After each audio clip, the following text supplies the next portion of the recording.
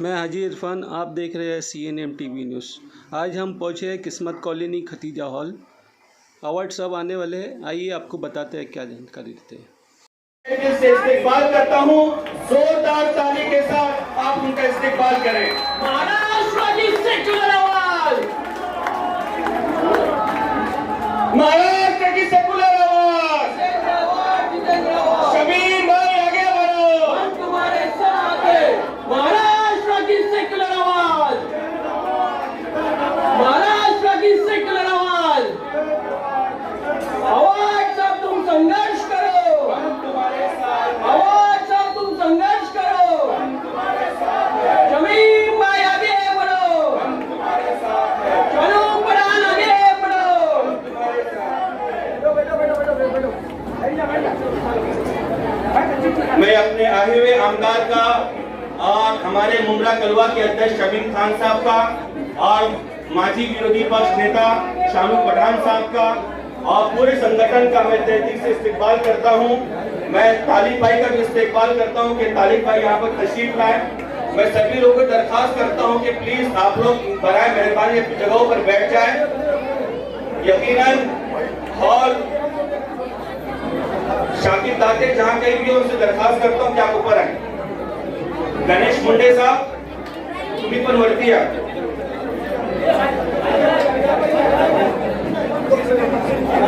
बात देंगे इंशाअल्लाह। अरे जवाब दोगे ना उनको,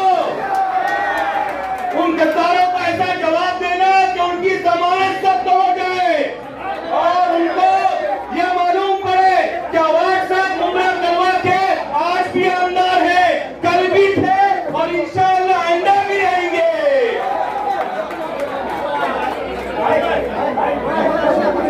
अध्यक्ष मुमरा कलवा के विधानसभा के अध्यक्ष शमीम भाई, हमारे युवक कांग्रेस के अध्यक्ष शानू भाई, इस ब्लॉक के अध्यक्ष जावेद मेडिकल, मुफ्ती साहब, मैशर भाई, शोएब खान, सिराज डोंगरे साहब, मेरा सबसे पुराना दोस्त फंस रहा है यूनुस भाई, जावेद भाई, इमरान सुरमे, अब्दुल अजीज हॉल वाले और स्टेशन की बिल्डिंग वाले, मौलाना साहब अस्सलाम वालेकुम,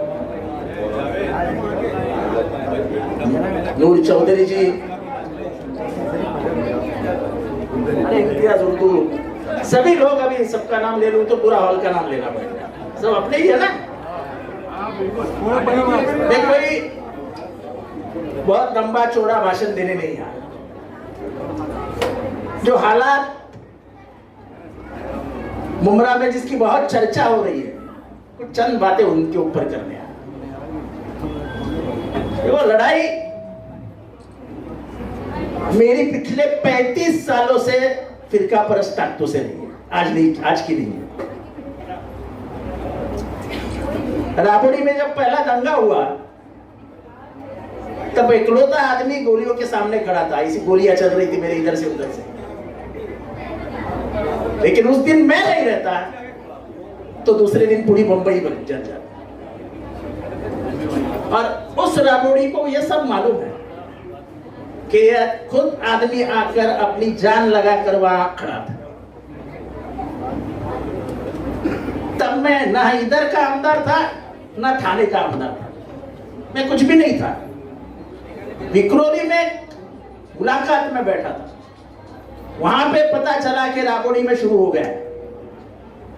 उधर से मैं मोटरसाइकिल पे बैठा और मोटरसाइकिल पे बैठ के उधर आया। जब तक कर्फ्यू नहीं लगा तब तक मैं वहां से हटा नहीं। फिर बाकी जो हुआ इतिहास है। लेकिन अमन और शांति के लिए हम हरदम प्रयास करते हैं, क्योंकि मेरा ये मानना है कि यहाँ का हिंदू और मुसलमान एक नहीं रहेगा तो ये देश एक नहीं रहेगा। इस देश को एक रखने के लिए हमको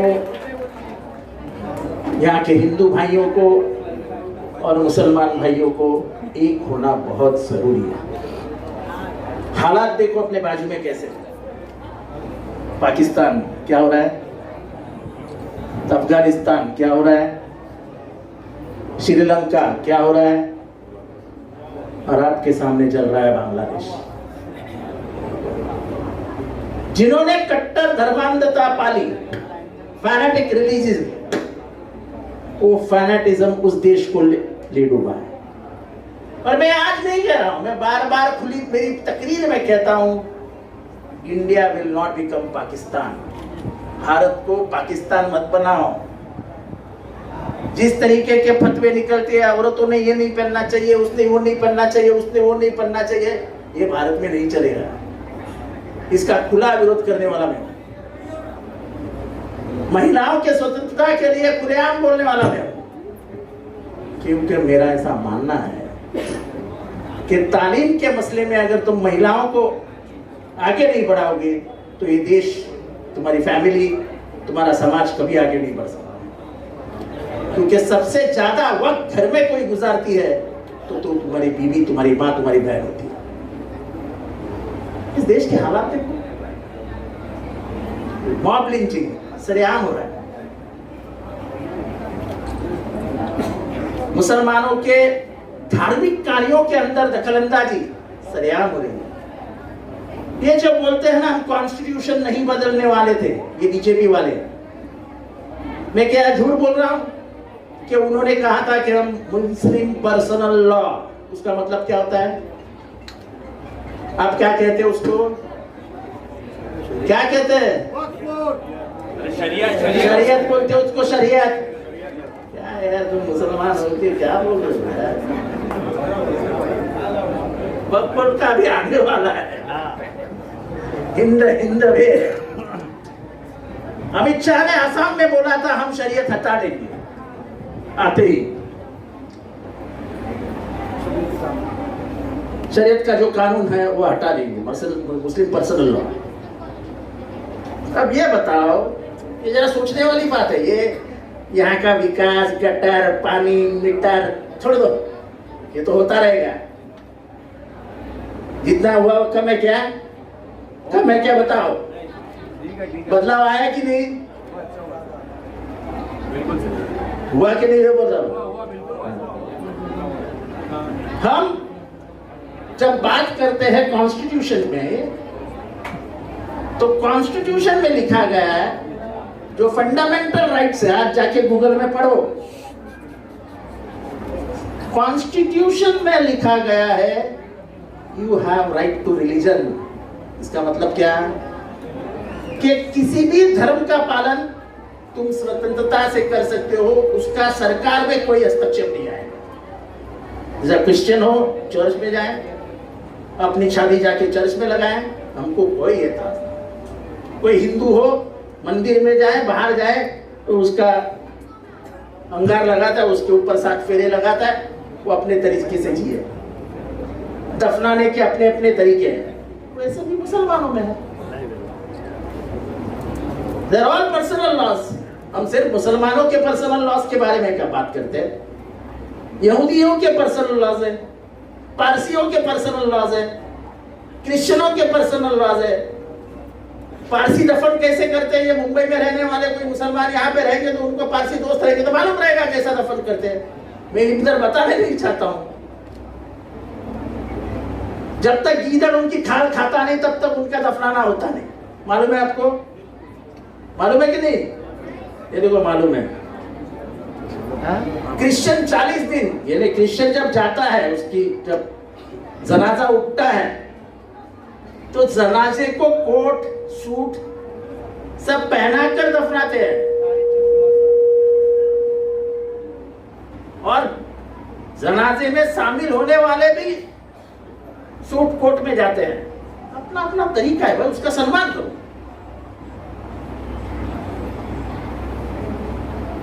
अगर क्रिश्चियन कहीं भी शादी करना चाहे तो जब तक जीसस क्राइस्ट को सामने रख के by the name of the Father and the Holy Spirit amen ऐसा नहीं कहता है, और दोनों एक दूसरे को पूछते हैं, फादर उसको पूछता है डू यू एग्री ये बोलता है एग्री।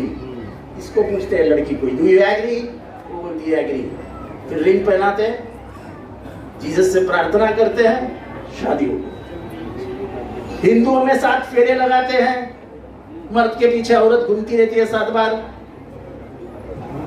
फिर वो मंगलाष्टका रहती है। अब गए होंगे ना हिंदुओं की शादी में, वो ऐसा धान डाला जाता है सर पे, ओम स्वाहा स्वाहा। तो शादी मतलब शादी।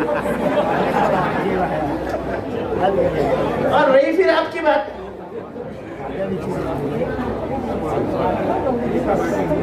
निकाह होता है, पढ़ा जाता है निकाह, कबूल किया जाता है।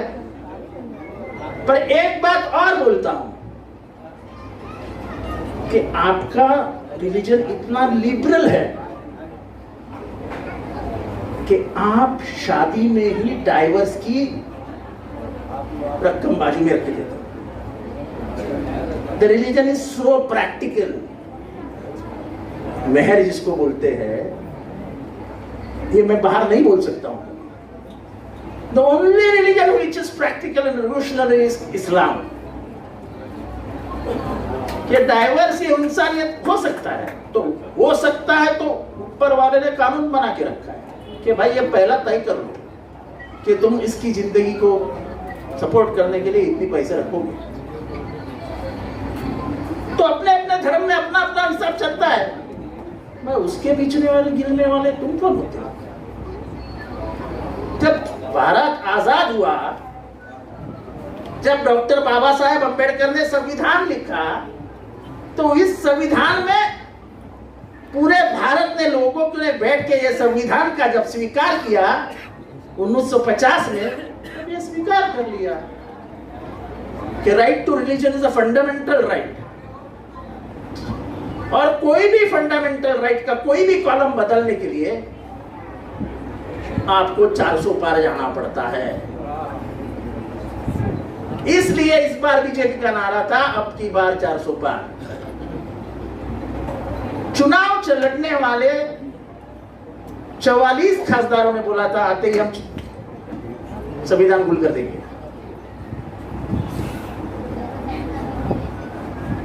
मुसलमान तो डरे हुए थे, पर आपसे ज्यादा डरे हुए थे जो लोग जिनको कुएं में से पानी पीने नहीं मिलता था, जिनको स्कूल्स में नहीं जाने मिलता था, जिनका साया गिरते ही लोग जाके नहाते थे। आप समझ गए होंगे मैं किसकी बात कर रहा हूं। सबसे ज्यादा वो डर गए थे और आज भी वो डरे हुए हैं। आपको शायद ये मालूम नहीं होगा, ये मालूम होना चाहिए कि जिस आदमी ने ये संविधान लिखा है, उस आदमी का नाम मालूम है ना आपको? अरे कुर्सी पे बैठ जाओ ना भाई, कुर्सी पे बैठ जाओ ना, काहे को बाहर जाते हो, खड़े रहते हो? तुम लोग भी पीछे जाके बैठ जाओ ना यार, बैठ जाओ, नीचे बैठ जाओ ना। पत्रकार के नीचे बैठ के लोगों को दिख नहीं रहा है यार। जिसने संविधान लिखा उस आदमी का नाम मालूम है आपको? डॉक्टर बाबा साहेब अंबेडकर। क्या आपको ये मालूम है कि उनको कभी क्लास में ही नहीं बिठाया था? ये कितने जन को मालूम है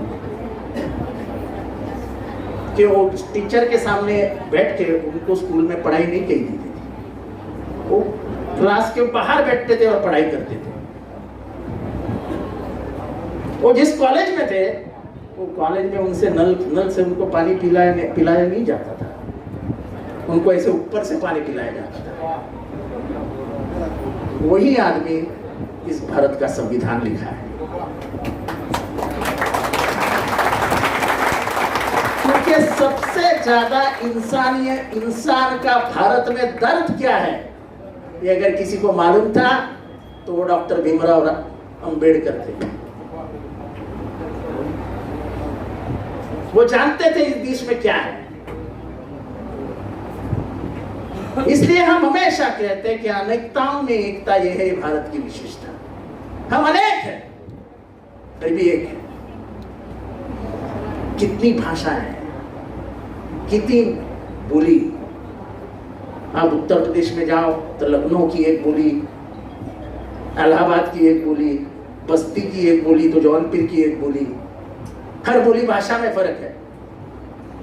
लेकिन जब हम बाहर जाते हैं तो क्या बोलते हैं? हम उत्तर प्रदेश से हैं।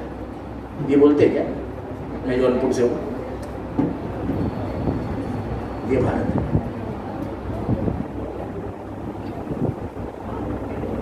ये जिस तरीके से ये लोग चल रहे थे, ये तो भारत को विघटित कर देते।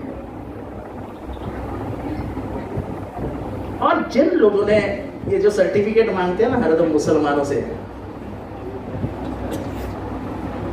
मुसलमानों के लिए एक अलग भूमि बनी थी पाकिस्तान। जो भारत छोड़ना चाहता था वो पाकिस्तान चला गया, पर जिसको अपनी मां से प्यार था उन्होंने कहा ये मां को छोड़ के हम नहीं जाएंगे और पाकिस्तान में। इससे बड़ा सबूत इतिहास में और क्या कौन देख सकता है कि हमें इस धरती से कितना प्यार है? बार बार क्या पूछते हो? उन्होंने बता दिया कि हमारे इस धरती से लगाव कितना है। एक आदमी का बाप सीमा पे पाकिस्तान से गोलियों से खेल रहा है, उसके लड़के को बाहर लाया जाता है। क्यों? तो बोले तेरे घर से गोश्त की खुशबू आ रही है। बाहर लाके उसको मार दिया जाता है, ये बोल के घर में बड़े का गोश्त पकड़ा आता है। जब लेबोरेटरी में जाता है तब पता चलता है कि बकरे का गोश्त है। ये तो भारत के हालात है।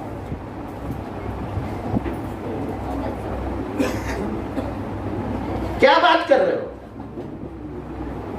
कारगिल में जब घुसखोरी हुई तब भारत के आर्मी को पता ही नहीं चला था।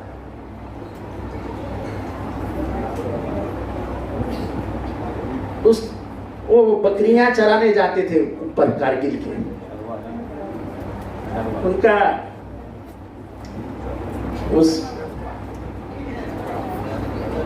वो ट्राइब का नाम मेरे मुंह पे पर मुझे याद नहीं आ रहा।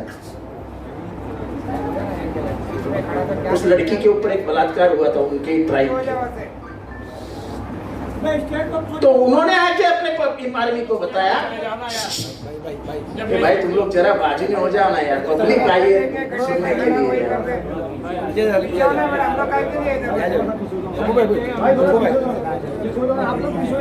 तो वो लड़की ने नीचे आके इंडियन आर्मी को बताया।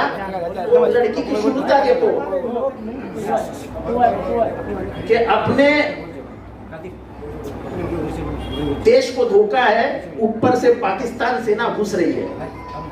और तब भारत के आर्मी ने धावा बोला और तब जाके हम कारगिल जीत सके। क्या वो कश्मीर, इस देश कश्मीर के लोग जो गए थे ऊपर, वो इस देश से प्यार नहीं करते? ऐसी कितनी कहानियां सुनाऊं। ब्रिगेडियर उस्मान, ऐसे बहुत है। अब्दुल, ऐसे नाम लेने के लिए तो बहुत है। सबसे बड़ा हमारा प्रेसिडेंट था ना एपीजे कलाम, न्यूक्लियर साइंटिस्ट, जाकिर हुसैन, कितने नाम गिनाऊं? फखरुद्दीन अली अहमद, अलीगढ़ मुस्लिम यूनिवर्सिटी के निर्माता सैयद अहमद साहब, तालीम के क्षेत्र में उसका हाथ नहीं पकड़ सकता है। पर बीजेपी आने के बाद लगातार ये डर पैदा किया गया। और मेरा ये मानना है कि वो 400 पार जाते तो उनके किताबों में जो लिखा है कि इनका नागरिकत्व, आप समझते हो नागरिकत्व, citizenship, make them secondary citizens of India. समझते हो मैं क्या कह रहा हूं? इनका जो वोट देने का अधिकार है वो खींच लो। They will be only citizens with no right. और मैं ये झूठ नहीं बोल रहा हूं, तो आप किताब पढ़ लेना। उनके जो गुरुदेव हैं गोलवलकर जी, उनकी किताबों में ये सब लिखा है।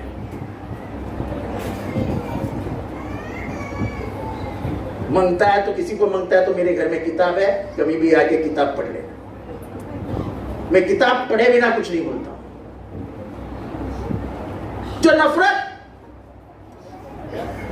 1925 से इस देश में चलाई गई, वल्लभ भाई पटेल ने क्या कहा था मालूम?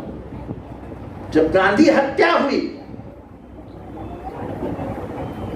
और जब उन्होंने आरएसएस पे बंदी डाली,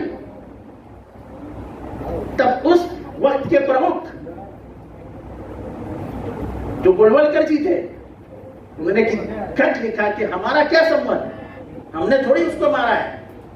तो वो बोले बराबर है, आपने नहीं मारा, लेकिन आपने जो घृणा, द्वेष, गांधी के बारे में जो नफरत फैलाई, उसका अंत क्या हुआ? तो गांधी की हत्या हुई। और इसलिए मैं तुम्हारे ऊपर बंदी रहा हूं। ये जो बोलते ना वल्लभ भाई पटेल ऐसे थे, वल्लभ भाई पटेल वैसे थे, वल्लभ भाई पटेल खून से कांग्रेसी थी, खून से। और अगर वल्लभ भाई पटेल जिंदा रहते तो मरते दम तक तो आरएसएस को बंदी से नहीं निकालते। ये तो नेहरू जी थे जो दिल के ऐसे बड़े थे, ऐसे बड़े। ये पागल लोग उनके ऊपर आरोप लगाए कि राहुल गांधी उनके विरासत में जो संपत्ति है उसके पीछे लगाए। कितने जनों को मालूम है कि नेहरू जी ने आजादी के पहले दिन उनकी सारी संपत्ति जो उस समय 20,000 करोड़ रुपए की थी, वो भारत को दान दी कि ये ले लो, मैं आजाद हो गया। आज उसकी कीमत कितनी रहती होगी? लाखों करोड़ रुपए होते। वो इंसान थे। 71 का युद्ध हुआ और जब भारत को कमी महसूस हुई, इंदिरा गांधी ने जितना भी कमाया हुआ सोना था, हीरे थे, जवाहरात थे, सब निकाल के बेच दिए। बेचे नहीं, देश को दे दिया। ये पाकिस्तान के नाम से वोट नहीं मांगती थी वो, कभी जिंदगी में उसने मांगा नहीं।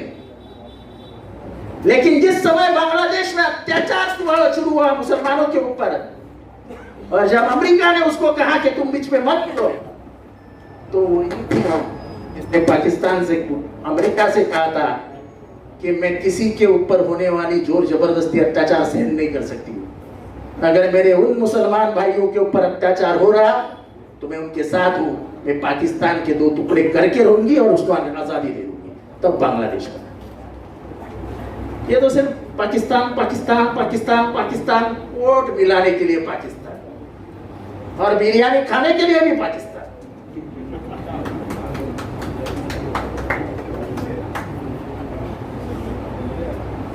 ये हालात जो इस देश में बने हैं, ये जो नफरत 2014 से बढ़ती हुई नजर आ रही है। ये इतना बात करते हैं ना ओबीसी के बारे में। ये राम मंदिर का मसला कब से शुरू हो गया? जब विश्वनाथ प्रताप सिंह ने मंडल आयोग लाया और ऐसा इस देश में माहौल हो गया कि इस देश का पिछड़ा विश्वनाथ प्रताप सिंह के साथ चला जाएगा, तब उस समय उन पिछड़ों को रोकने के लिए इन्होंने राम मंदिर का मुद्दा उठाया। इतिहास याद करो। जब ओबीसी रिजर्वेशन में दिल्ली में लड़ाई हो रही थी, तब गोस्वामी नाम का एक लड़का खुद को अंगार लगा के लिया। ये सब मैं इतिहास बोल रहा हूं, मैं कुछ घर की कहानी बना के नहीं लाता हूं। और तभी से दंगा शुरू हो गया भारत में। और 93 से इस देश का डिवीजन इन कास्ट और रिलीजन शुरू हो गया। अब महाराष्ट्र में जो हो रहा है, हिंदू मुसलमान तो करवा ही रहे। विशालगढ़ में क्या हुआ? विशालगढ़ में क्या हुआ? विशालगढ़ में 5 जुलाई को विशालगढ़ के लोगों ने जाके बताया कलेक्टर को कि हमारे अंदाजे में ऐसा है कि इधर कभी ना कभी कुछ हो सकता है, हमको बहुत डर लग रहा है। आप सुरक्षित रखो इसको, इस गांव को सुरक्षा दे दीजिए। फिर 12 तारीख को हो गए पुलिस के पास, फिर से यही कहा कि आप संभालो, हमारे गांव में कुछ ना कुछ हो सकता है। जिस गांव में 400 साल में किसी ने पूछा नहीं था कि तू मुसलमान है, तू हिंदू है, सब एक जैसे रहते थे। रात को घुस के 14 तारीख को एक भी पुलिस नहीं था, घुस के उस दरगाह का घुमट तोड़ा, नीचे आए, वो पूरे गांव की मस्जिद खत्म की। जो गांव शिवाजी महाराज के सैनिकों का था, 400 साल वहां था, एक बार भी कभी उस गांव में दंगा नहीं हुआ था, एक बार। आपको शायद मालूम नहीं होगा, वहां का हर मुसलमान कोल्हापुरी मराठी बात करता है, कोल्हापुरी मराठी। कोल्हापुर से कोई है क्या? उनको भाषा, वो बात करे मैं बात करूं, समझेगा ही नहीं कोई हिंदू है कोई मुसलमान है। रहन सहन एक जैसी, वैसी ही वर्दी टोपी, वैसा ही खेती करने का काम, कोई फर्क नहीं। पर इन अंधों ने जब लूटालूट की तो ना मुसलमान देखा ना हिंदू देखा, लेकिन सबका सोना गुल कर दिया, सबके पैसे गुल कर दिए। ये कहाँ की इंसानियत है? पुलिस को बता कर भी अगर पुलिस ये रोक नहीं सकती तो ये देश कहां जा रहा है? जिसको अनार्की बोलते ना, इंग्लिश में अनार्की बोलते, हिंदी में क्या बोलते हैं? अराजकता। ये अराजकता है। This is the state protected terrorism. आप हजी मलंग आते हैं और हजी मलंग में बोलते हैं सामने वालों के दिल में जो सपना है वो सपना मैं पूरा करूंगा, और सामने से तालियां बजती है। सामने वालों के दिल में क्या सपना है? हाजी मलंग को शहीद कर दो। यही आदमी रायगढ़ में बोलता है, जब सामने से आवाज आती है कि विशालगढ़ के अतिक्रमण को हटा डालो, तो वही आदमी इधर से बोलता है कि मैं कुछ बोलने वाला आदमी नहीं हूं। ये 20 जून की बात है, मेरे तारीख में गलती नहीं हो सकती। मैं बोलने वाला आदमी नहीं हूं। आपके जो मुंह से निकला है वो मेरे दिल में है, मैं करके दिखाऊंगा, और 14 तारीख को सफाई हो जाएगी। इसको क्या बोलते हैं? State sponsored terrorism. तो मैं हमेशा सवाल पूछता हूं कि तो मुख्य धारा से जब तुम मुसलमानों को अलग कर रहे हो तो फिर उनके पास वोट मांगने क्यों जाते हो? फिर यह क्यों के चिल्लाते हो वोट जिहाद होगा, वोट जिहाद होगा? अगर आपको मुसलमानों के वोट चाहिए ही नहीं तो फिर प्यार से बात करो ही मत ना। इतने नफरत से तुम प्यार बात करते हो तो वोट क्यों देंगे तुमको? मुसलमानों के रिजर्वेशन के खिलाफ सबसे बड़ी बात कौन करता है? हम धर्म के नाम पर रिजर्वेशन नहीं देंगे, कौन कहता है?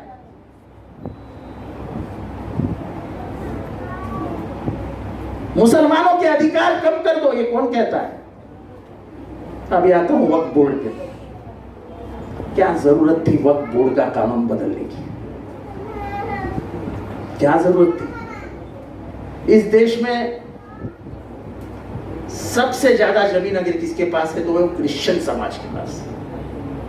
वो भी जाने वाली है, ऐसा मत समझो कि मुसलमानों की गई, वो भी लाइन में है। सबसे ज्यादा जमीन उनके पास है, केरला में है, कर्नाटका में है, उड़ीसा में है। अभी औकाफ बनी कैसे? आपको पता ही होगा औकाफ कैसी बनी है। लेकिन मुसलमान के उत्कर्ष के लिए, इस्लाम के उत्कर्ष के लिए, फायदे के लिए बनी वो औकाफ की जमीनें आपको कलेक्टर को देने से क्या मतलब है? और कलेक्टर के हाथ में अधिकार देना कि कलेक्टर दे सकता है किसको भी, क्या मतलब है इसका? औकाफ ये मुसलमानों से संबंधित है, मुसलमानों से बात करो, आपको चेंज लाना है ना। तो इतने खासदार है, उसमें से 20-25 मुसलमान खासदारों को इकट्ठा कर लो और बिठाओ कि कैसे इसको चेंज करना है, और करो। बिना किसी को विश्वास में लेते हुए तुम नालायक कानून लाते हो, तो क्या मतलब है इसका? और देखो तुम्हारे वोट से क्या हुआ। तुम्हारे वोट से जो अपोजिशन की ताकत बढ़ गई, उस अपोजिशन के ताकत से घबरा कर, आप सुप्रिया सोले का वीडियो देखे हो? उसने क्या कहा कि appoint a special committee to review this act. उसने कहा है कि नहीं कहा कि तुमको जरूरत क्या थी इस कानून की? इसमें अगर बदलाव ही लाना था तो चर्चा करते पार्लियामेंट में, चर्चा से मध्य रास्ता निकालते जो मुसलमानों के हित में है, और एक कानून लाते।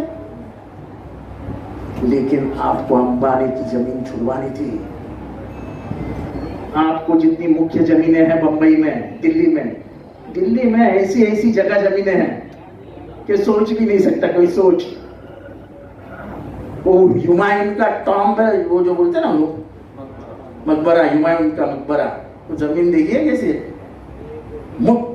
यानी मध्य दिल्ली में, मध्य दिल्ली का जो मेन एरिया है उसके मध्य में, और इतनी बड़ी खूबसूरत जमीन है। जिस जमीन की आज की कीमत मुझे नहीं लगता है 2-4 लाख करोड़ के नीचे होगी, हो गई, कोई भी ले सकता है।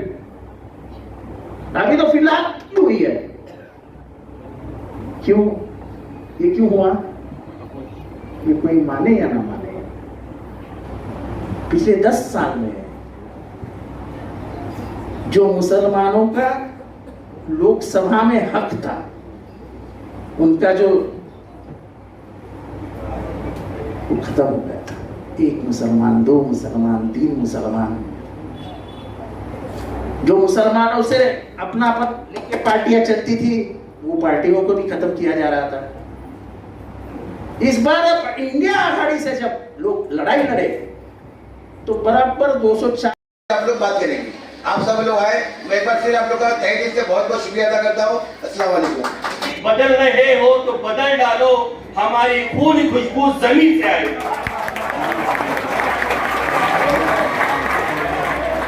मैं अपनी कौम के माँ बहनों को जब मैं देखता हूँ और इन बुजुर्गों को मैं जब देखता हूँ, तो मुझको वो मेरा रोशन माजी मुझे याद आता है कि जब मेरे इन बुजुर्गों ने, मेरे इन आबा वस्ताद ने, मेरे इन असलाफ ने इस देश के लिए इतनी कुर्बानी दी कि जितना पूरे देश ने मिलकर पसीना नहीं बहाया, उससे ज्यादा हमारे आबा वस्ताद ने इस मुल्क के लिए अपना खून बहाया। देखिए, मैं एक शेर सुना के अपनी बात को खत्म करता हूँ। यहाँ पे बहुत से लीडरान हैं, उन लीडरान को भी बात करना है। मैं हमेशा मुमरा शहर के लिए लड़ाई लड़ता रहूंगा। मैं कोई भी पार्टी में हो, कोई भी कुछ भी बोले, आज मैं उन लोगों को इस मंच के माध्यम से यहाँ से उड़ते हुए जब अपने घर की तरफ गई, रास्ते में एक नदी में एक चूहा जो अपनी जान गंवा रहा था, उस चूहा को जब चीलने लेके अपने घर में लेके गई, रात भर अपने पर के अंदर लेना चाहता हूँ। देखिए, मुमरा शहर में तो चुनाव होते रहते हैं, पूरे देश में चुनाव होता रहता है, और ये बापू का देश है। इस देश में हर शख्स को अपना तरीके से जीने का हक है। कौन जाता कहाँ क्या जाता है वो उस पर आप मत जाइए। देखिए, एक जंगल था, उस जंगल में एक शेर और शेरनी रहती थी। शेर और शेरनी जो है जंगल में बुढ़ापा निकाल दिया, लेकिन उनको वो बेऔलाद थी। वो शेरनी बुढ़ापे में हमल से हो गई।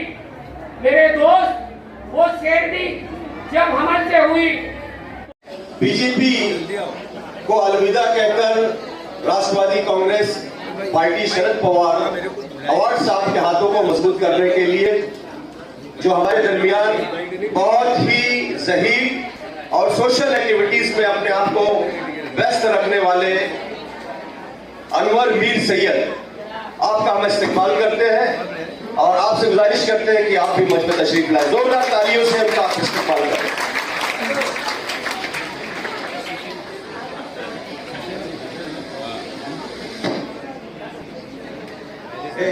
यहाँ खाली वगैरह।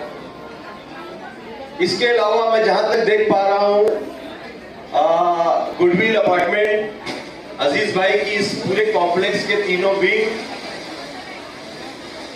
डोंगरे चाल और यास्मीन अपार्टमेंट, फिरदौस और दीगर अतराफ के वो तमाम